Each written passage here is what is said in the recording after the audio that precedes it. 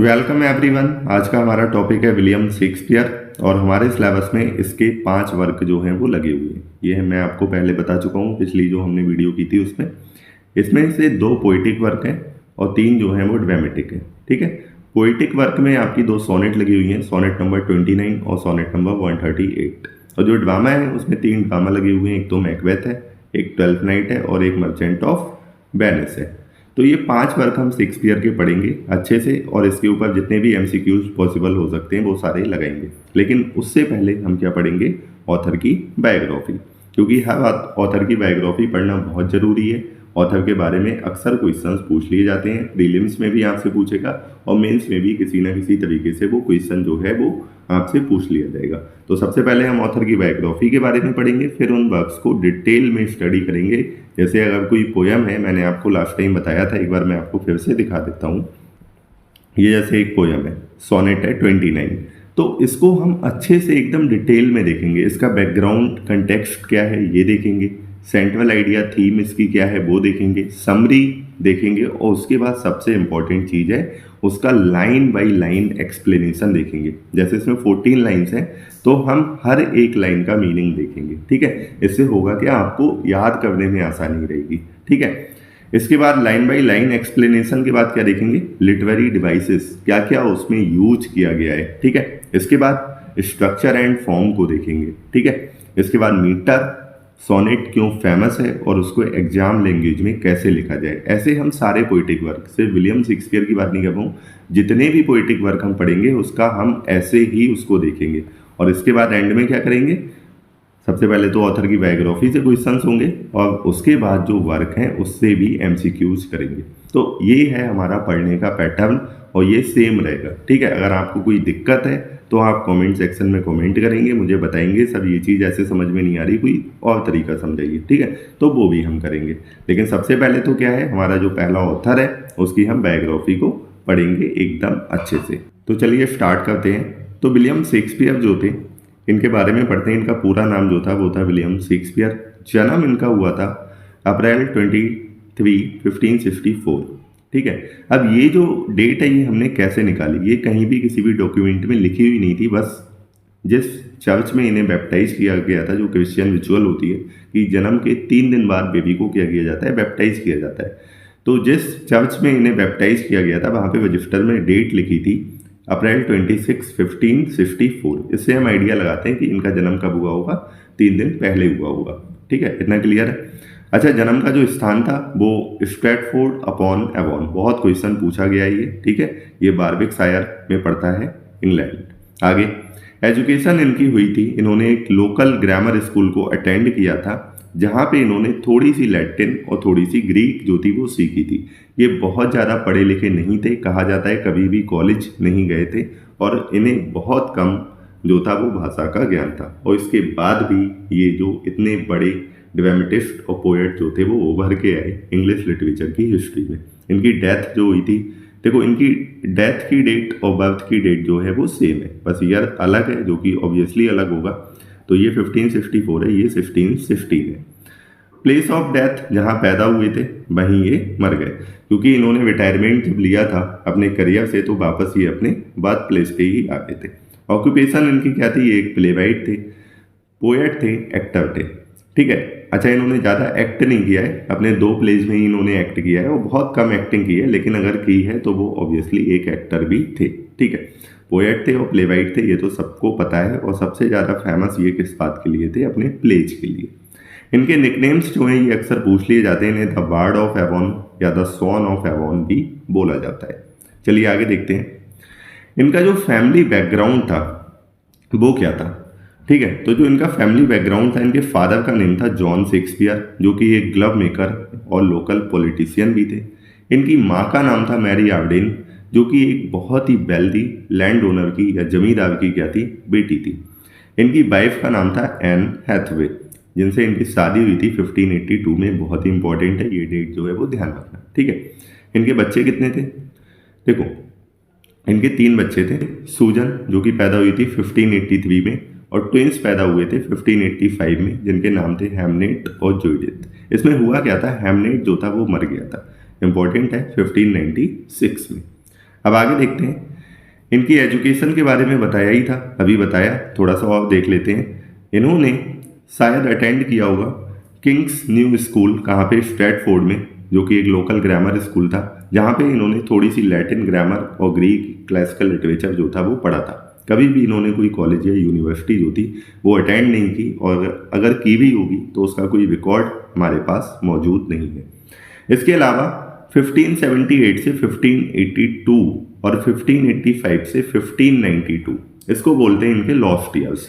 मतलब हमें नहीं पता कि इस दौरान ये कहाँ रहते, क्या किए थे, इसका कोई भी रिकॉर्ड जो है अवेलेबल नहीं है, या फिर है तो बहुत कम है। ठीक है, आगे देखते हैं इनका लंदन में कैरियर कैसा रहा था। ये अपने नेटिव प्लेस को छोड़ के लंदन चले गए थे, और लंदन गए थे 1587 में। ठीक है, ये डेट भी ध्यान रखना। शादी से 5 साल बाद, इनकी शादी कब हुई थी, 1582 में, इतना ध्यान रहेगा।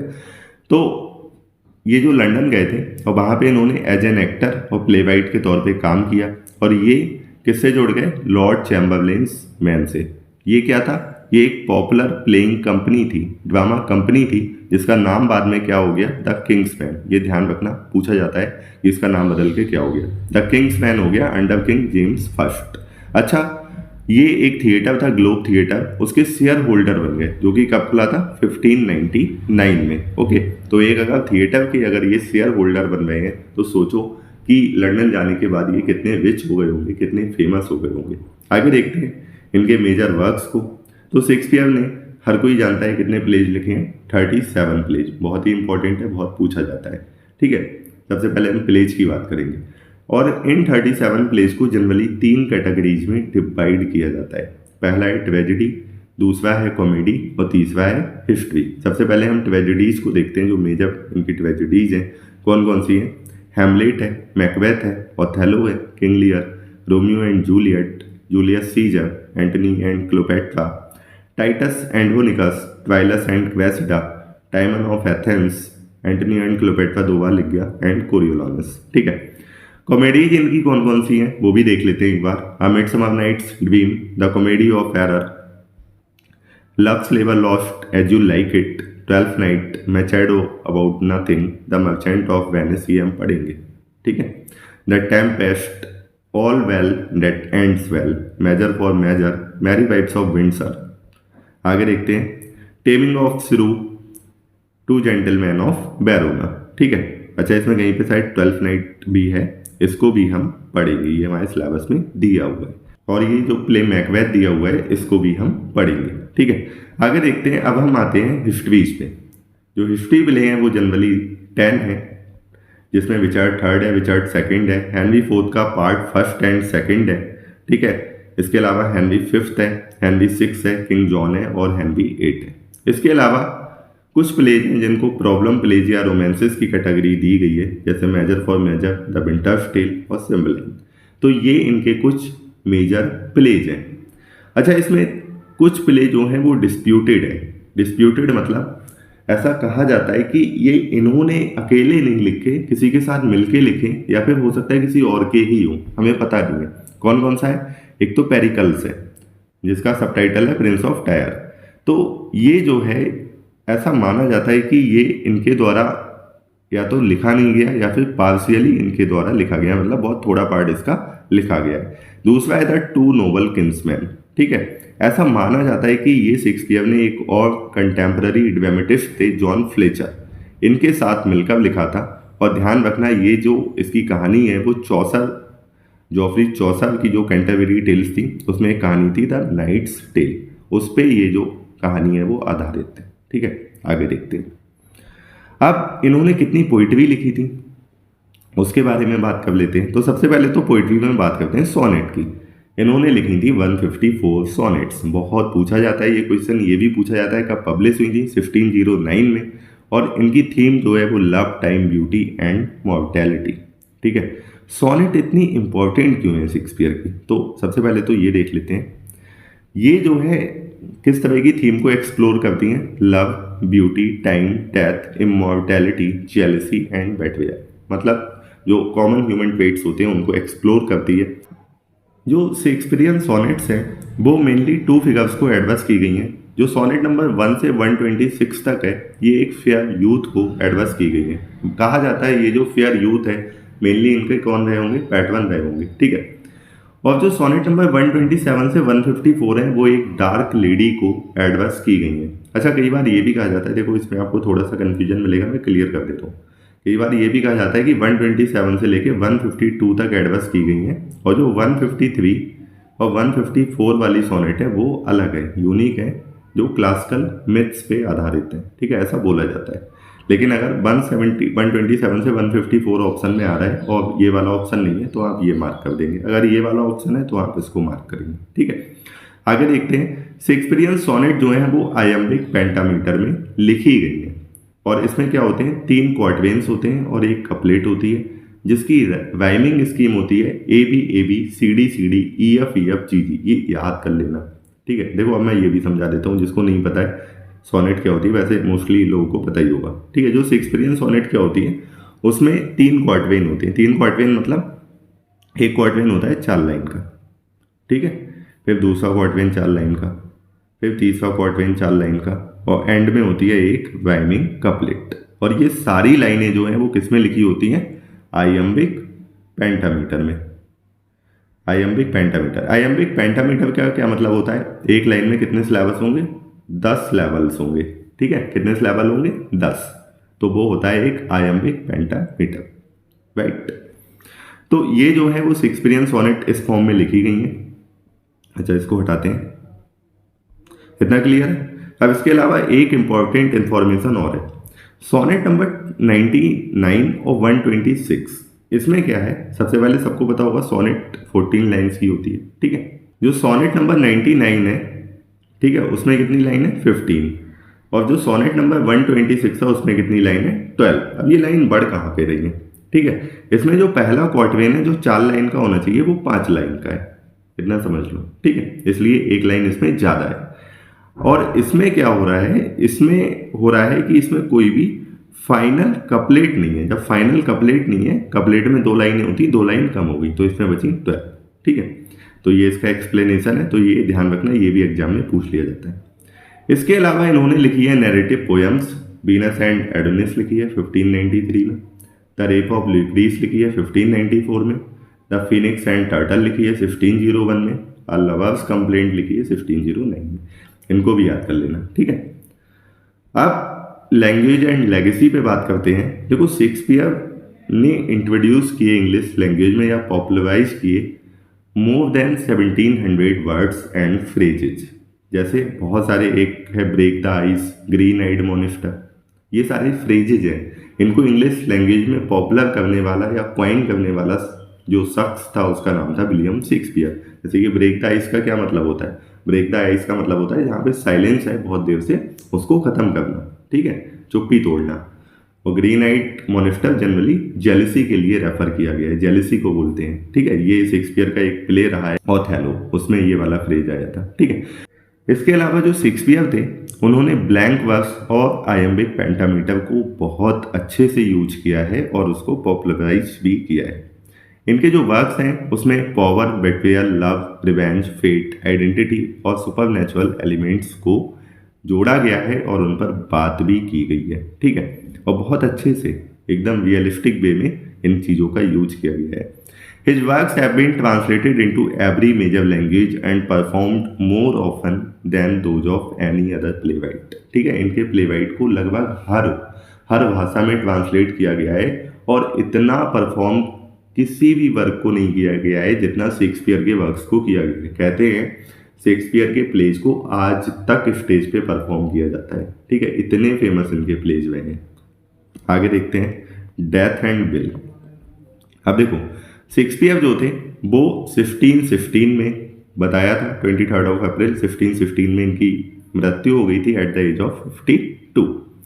अच्छा, अपनी विल में ही left most of his estate to his daughter Susan and famously left his second best bed to his wife M, ठीक है। इन्होंने अपनी ज़्यादातर जो एस्टेट थी, संपत्ति थी, वो किसके नाम की, सूजन के नाम, और जो इनका सेकंड बेस्ट बेड है वो किसको दिया था, अपनी वाइफ एन को। इनको हॉली ट्रिनिटी चर्च में बरी कर दिया गया। और इसके बाद कुछ और चीज़ें हैं उनको भी देख लेते हैं। अब देखो शेक्सपियर के बारे में बहुत सारी कंट्रोवर्सीज हैं। कंट्रोवर्सी ये है कि बहुत सारे वर्क इन्होंने लिखे भी हैं, नहीं लिखे हैं, बहुत सारे कॉपी किए हैं, तो ये तो कंट्रोवर्सी है। जैसे रॉबर्ट ग्रीन ने सीधे सीधे इन्हें डायरेक्टली एक्यूज किया था कि वो क्या है, प्लेगियरिस्ट है। प्लेगियरिस्ट कौन होता है? जो साहित्य की चोरी करता है, ठीक है। और बाकी इन्होंने की है। आप बहुत सारे वर्क ऐसे देखेंगे जो डिट्टो उठा के बस उनके नाम, करेक्टर्स के नेम वगैरह चेंज करके लिख दिए गए हैं, ठीक है। तो शेक्सपियर ने ऐसा किया है, नो डाउट। लेकिन बहुत सारे वर्क ऐसे हैं जिसमें ये भी डाउट है कि बाकी इन्होंने भी लिखे हैं या नहीं लिखे हैं, या हो सकता है किसी के साथ मिलके लिखे गए हैं। तो जो ऑल्टरनेटिव कैंडिडेट हैं जो प्रपोज किए जाते हैं उन वर्क के लिए, उसमें फ्रांसिस बेकन है, क्रिस्टोफर मार्लो हैं और एडवर्ड दे वीर हैं, ठीक है। ऐसा माना जाता है कि इन लोगों का भी हाथ है शेक्सपियर के उन वर्क्स में, ठीक है। आगे देखते हैं influence and cultural impact. Shakespeare is considered the national poet of England, और उनका जो प्रभाव है वो लिटरेचर, थिएटर, साइकोलॉजी, पॉलिटिक्स और फिलोसफी हर चीज़ पे है। Many of his plays have been adapted into films, operas and modern stories. तो एकदम सही बात है, ऐसा नहीं है, हिंदी फिल्में भी कई सारी, जैसे आपने एक फिल्म देखी होगी हैदर, ठीक है, वो किसका अडॉप्टेड वर्जन है? हैमलेट का, ठीक है। तो बहुत सारी मूवीज हर जगह, हर रीजन में जो है वो शेक्सपियर के प्लेज पे आधारित है। आगे देखते हैं और इन्फॉर्मेशन इनके बारे में पढ़ते हैं। बहुत अच्छी अच्छी चीज़ें हैं। From the register of the little parish church at Stratford on Avon we learn that William Shakespeare was baptised there on the 26 of April 1564, ठीक है। ये तो मैंने आपको बता दिया, ये पूरी कहानी वही लिखी है कि जो चर्च में रजिस्टर रखा हुआ था तो उसमें जो उनकी बैप्टाइज की डेट थी वो क्या थी? 26 ऑफ अप्रैल 1564।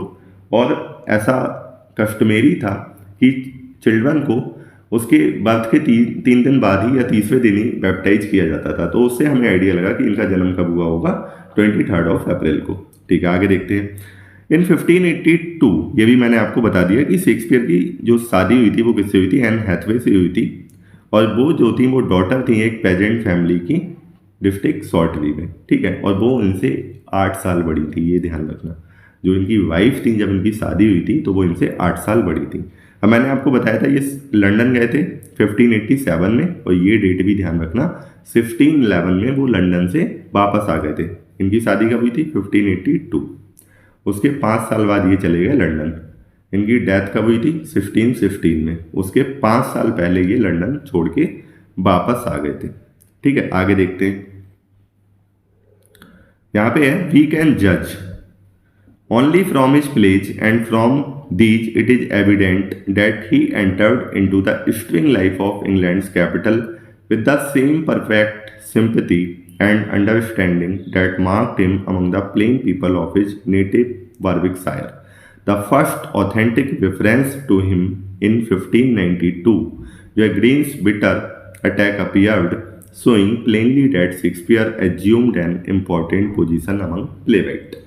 तो कहने का मतलब ये है, ये 1587 में लंदन गए थे और इन्होंने इतनी ज़्यादा रेपुटेशन वहाँ पे हासिल कर ली, या जो वहाँ पे हाईएस्ट उस समय जो लिटरेरी फिगर थे ये उनमें शामिल हो गए। और ये हमें पता कैसे चला? 1592 में इनके ऊपर एक भयंकर अटैक किया किसने? रॉबर्ट ग्रीन ने। और रॉबर्ट ग्रीन जो थे वो बहुत ही हाईएस्ट लिटरेरी फिगर्स में उसमें शामिल थे। तो इस ओहदे का बंदा जब आप पे रिमार्क कर रहा है, आप पे पैम्पलेट लिख रहा है, आपकी आलोचना कर रहा है, तो इसका मतलब यही बनता है कि आपका ओहदा भी बहुत बड़ा हो चुका है। तो शेक्सपियर ने इस कदर फेम हासिल कर ली थी सिर्फ 5-6 सालों में ही लंदन जाके, ठीक है। आगे देखते हैं Venus and Adonis become immensely popular in London, and its dedication to Earl of Southampton brought, according to tradition, a substantial money gift which may have laid the foundation for Shakespeare's business success, appears to have shrewdly invested his money and soon became part owner of Globe and Blackfriars theatres, in which his play were presented by his own companies. अब देखो इसमें क्या हुआ, Shakespeare ने एक poem लिखी थी अपने स्टार्टिंग डेज में जिसका नाम था वीनस एंड एडोनिस, और इन्होंने ये डेडिकेट कर दी अर्ल ऑफ साउथहैम्पटन को। अब अर्ल तो एक बड़ी पावरफुल, इन्फ्लुएंशियल और रिच पर्सनालिटी होगा, तो ट्रेडिशन के अकॉर्डिंग उन्होंने उसे अच्छा खासा पैसा दिया। किसको? शेक्सपियर को, इस अर्ल ने। तो जो ये पैसा मिला गिफ्ट के तौर पे, शायद ऐसा माना जाता है कि शेक्सपियर की ये फाउंडेशन रही उनके बिजनेस की। उस पैसे को उन्होंने अच्छे से यूज किया, अच्छे से इस्तेमाल किया और बहुत ही अच्छे से उसका इन्वेस्ट किया, ठीक है। और वो देखते ही देखते ग्लोब और ब्लैक फ्रायर थिएटर के पार्ट ओनर बन गए और बाद में इन्हीं थिएटर्स में उनके प्लेज को परफॉर्म किया गया उनकी खुद की कंपनीज के द्वारा। अच्छा, ये भी एक बहुत इंपॉर्टेंट क्वेश्चन है। 1597 में इन्होंने एक महल खरीदा जिसका नाम था न्यू पैलेस, जो कि फाइनेस्ट हाउस था किसमें, स्ट्रैटफोर्ड में। आगे देखते हैं। अबाउट द ईयर 1611, ये मैंने आपको बताया कि इन्होंने लंदन को छोड़ दिया और परमानेंटली रिटायरमेंट ले लिया और कहाँ चले गए, वापस स्ट्रैटफोर्ड में। अच्छा, ये जो पैराग्राफ है इसमें ये लिखा है कि शेक्सपियर ने बस अपना काम किया लंदन में। उन्होंने जो भी मैन्युस्क्रिप्ट लिखी, जो भी प्लेज लिखे, उनको कलेक्ट करने का प्रयास नहीं किया, ना ही उसको अपने साथ घर ले गए। वो ऐसे ही वहाँ पे मैनेजर की टेबल पे उन मैन्युस्क्रिप्ट्स को, उन प्लेज को पढ़ा हुआ छोड़ आए। तो उन्होंने ना तो कभी इनको पब्लिश करने का प्रयास किया, ना ही इकट्ठा करने का प्रयास किया, ना ही बचाने का प्रयास किया। वो बस फेमस हो गए, उन्हें और कुछ नहीं चाहिए था, ठीक है। He was given a tomb in the chancel of parish church, और उनका जो एपिटाफ है ये बहुत पूछ लिया जाता है ये क्वेश्चन, ठीक है, इसको याद कर लेना।